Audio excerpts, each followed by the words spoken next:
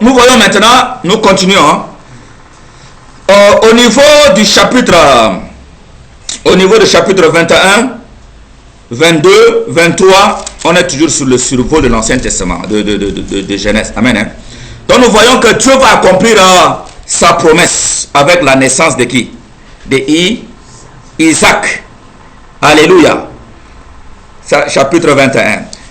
Et chapitre 22.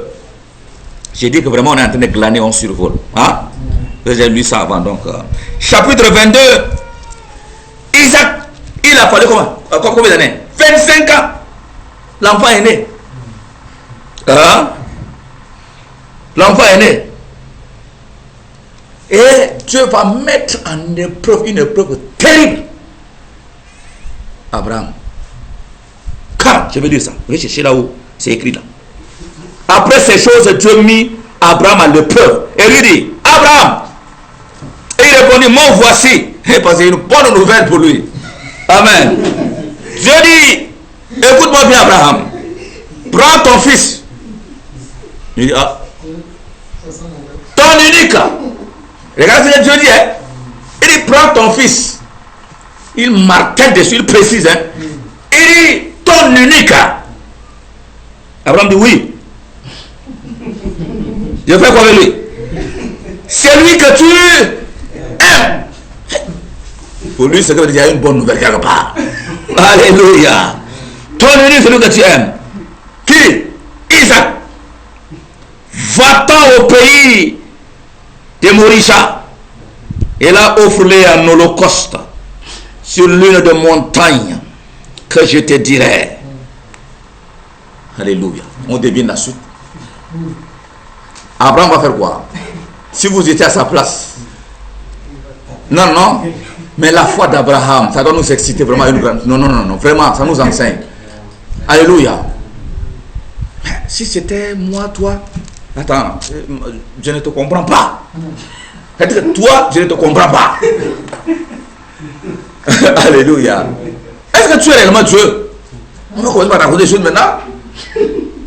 25 ans d'attente, tu m'as promis. Tu me donnes l'enfant. Maintenant, tu me demandes d'aller l'égorger pour te donner en sacrifice. Bon, tue-moi. Tu n'es pas la peine. Je finis avec toi aujourd'hui même. Alléluia.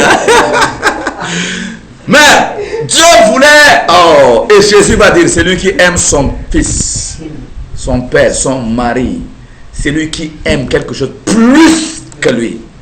Il est un idolâtre. Il n'est pas digne de lui. C'est ça la leçon. Non, parce que Dieu a constaté, si Dieu ne faisait pas ça, Dieu voulait savoir si c'est moi qui ai premier dans le cœur d'Abraham ou bien c'est son enfant. Laisse, il faut que je tranche aujourd'hui là. C'est moi qui dois être adoré. Dans le cœur, c'est moi ou rien. C'est ça ici là. C'est ça, c'est ça. Et Abraham va m'offrir ça. Abraham, dans l'humilité, dans la foi, a attrapé seulement sa tête.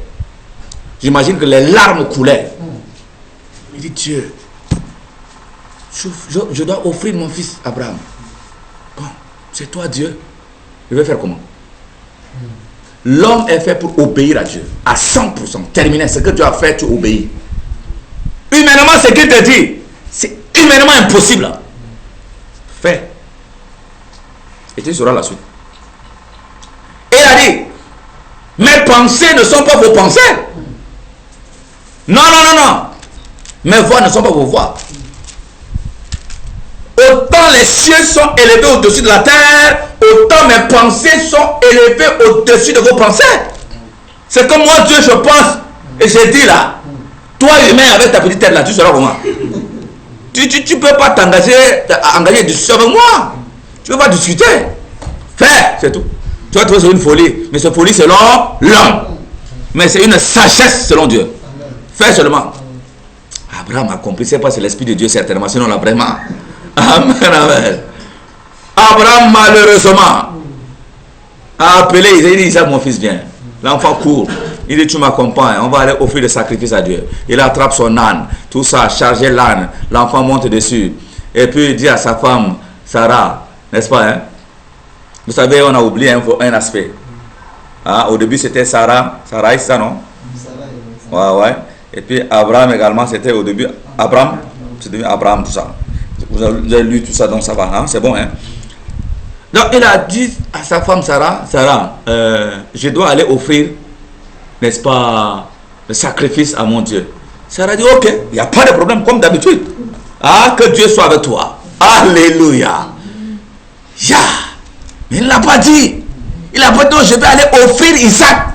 Mais si vous ouvrez la bouche pour dire ça, ça va être terrible, la guerre, tout de suite.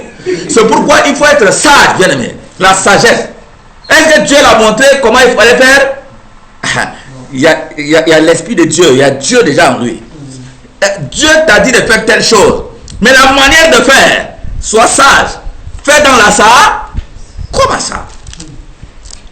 Il n'a pas dit, regarde ce que Dieu est en train de faire. N'est-ce pas, c'est Dieu qui te donne Isaac là? Il me demande encore d'aller offrir Isaac là.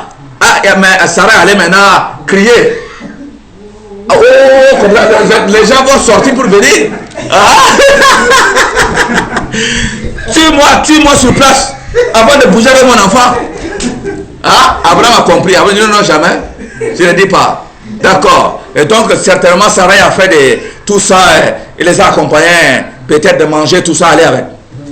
Ils doivent aller très loin. Moins de temps de mourir. Déjà. Alléluia.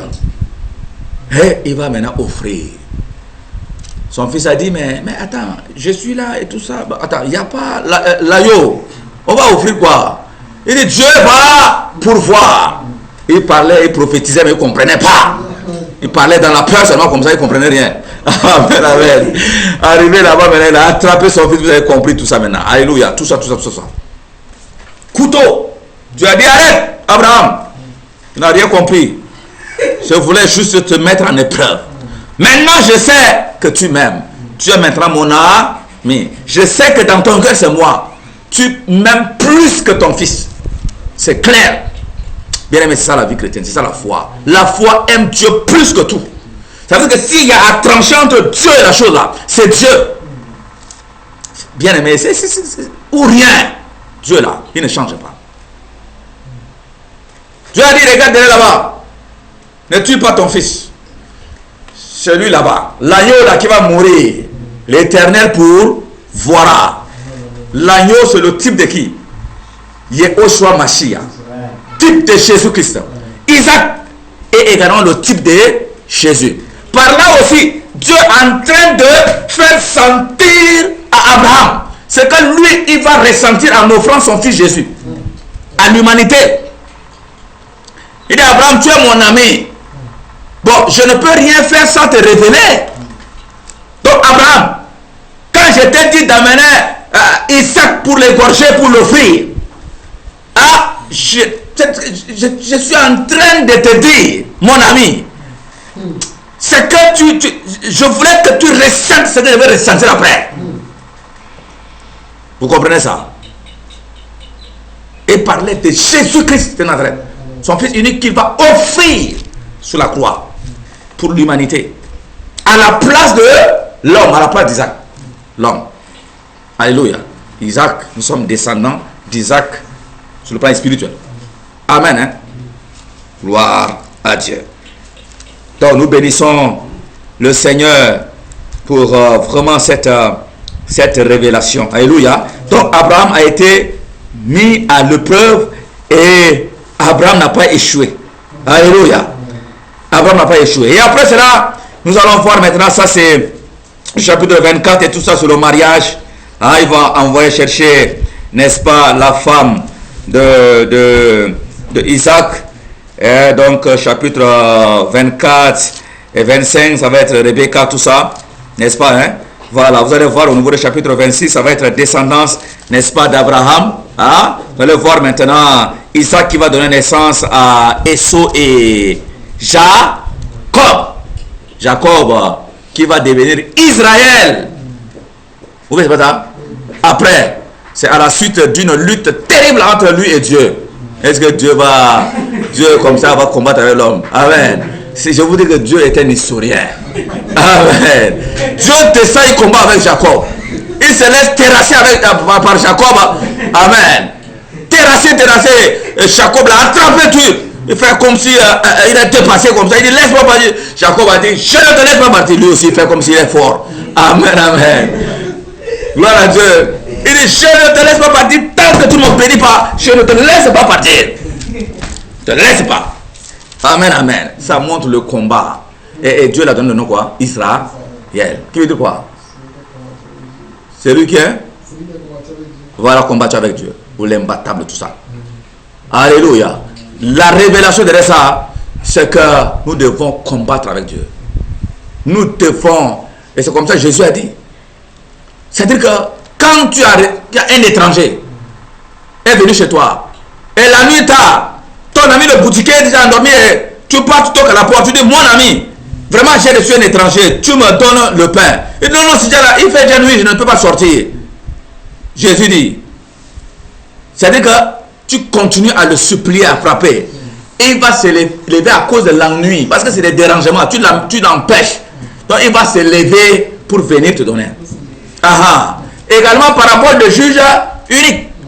Unique. Pas unique, hein, unique, excusez-moi.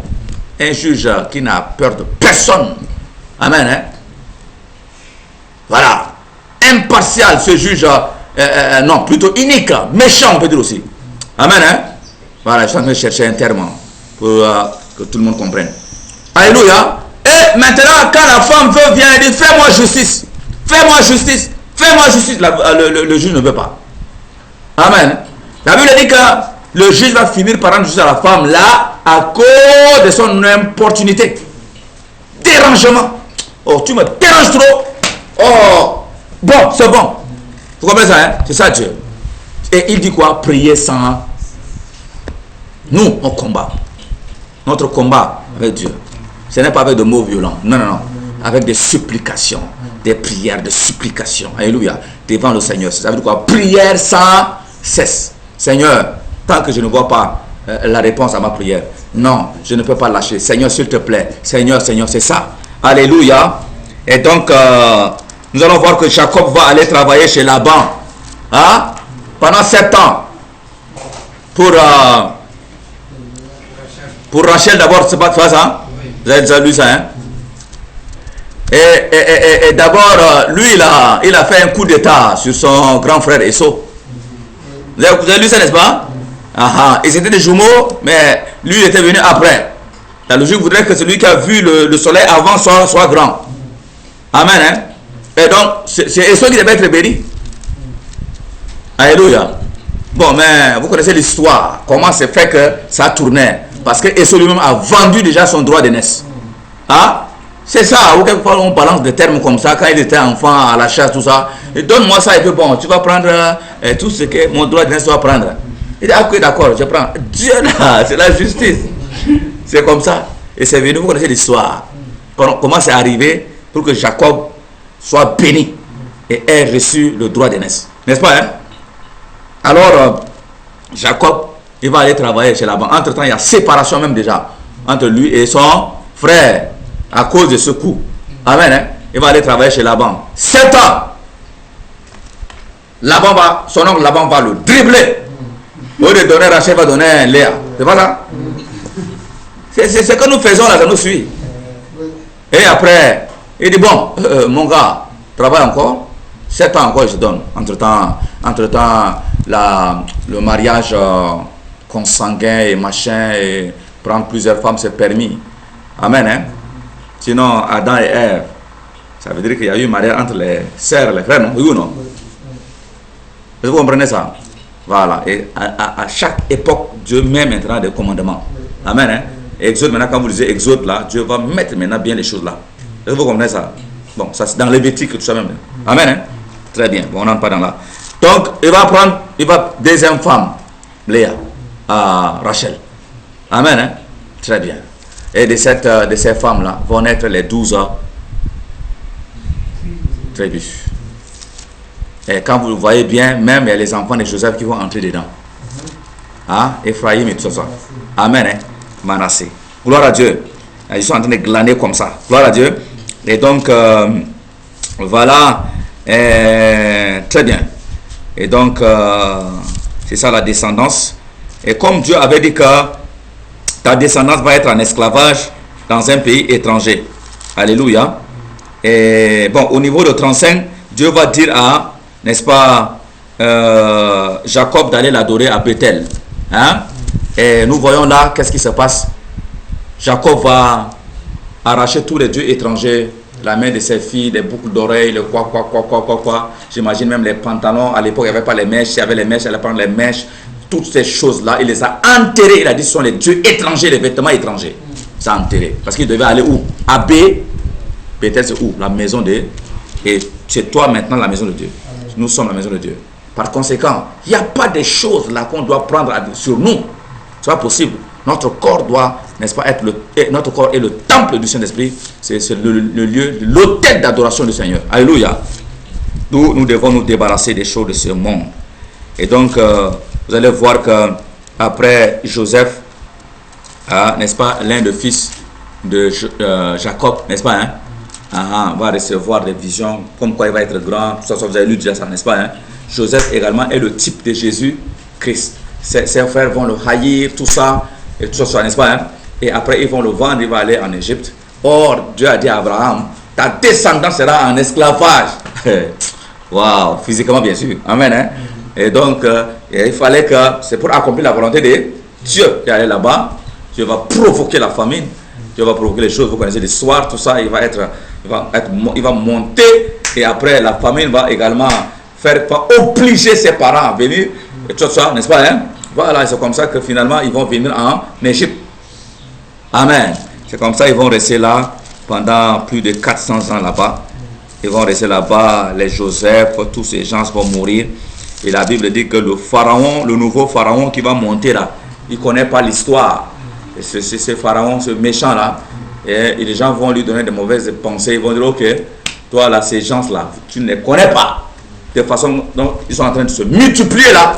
Si nous ne les tenons pas en captivité, ils vont prendre le règne, ils vont prendre le pouvoir dans ce pays. C'est comme ça qu'ils vont s'abattre sur les Israéliens maintenant. Ils vont les tenir en esclavage. Amen. Durant combien? 400 ans. C'est symbolique. Alléluia. Donc esclavage, c'est le fait qu'on est dans le monde, n'est-ce pas, le Seigneur est venu nous sortir de l'esclavage du monde. Et quand il nous a sortis du monde, il nous a encore laissé encore dans le monde. Amen. Et il dit, vous êtes dans le monde, mais vous n'êtes pas du monde. Dans ça même, on ne peut pas dire qu'on est esclave. Mais là, on est maintenant en combat. Alléluia. Jusqu'à pour atteindre notre délivrance totale, c'est-à-dire enlèvement maintenant. Alléluia. Ou soit par la mort, on est mort. Ou alors, le Seigneur vient nous enlever. Mais ça montre que nous, n'est-ce pas, les enfants, le peuple de Dieu, on va être en esclavage dans le péché, dans le monde, et le Seigneur viendra pour nous délivrer. Donc ça c'est l'Exode. On va maintenant continuer la suite prochainement. Alléluia. On va commencer directement maintenant par Exode. Donc regardez, on a vu, on a parcouru Genèse, mais c'est impossible de parcourir ça en 1 heure, 2 heures. Amen. On a glané certaines histoires simplement. Alléluia. Et la suite, l'Esprit de Dieu va nous mettre à comprendre encore. Nous laissons cela au nom de Jésus. Amen.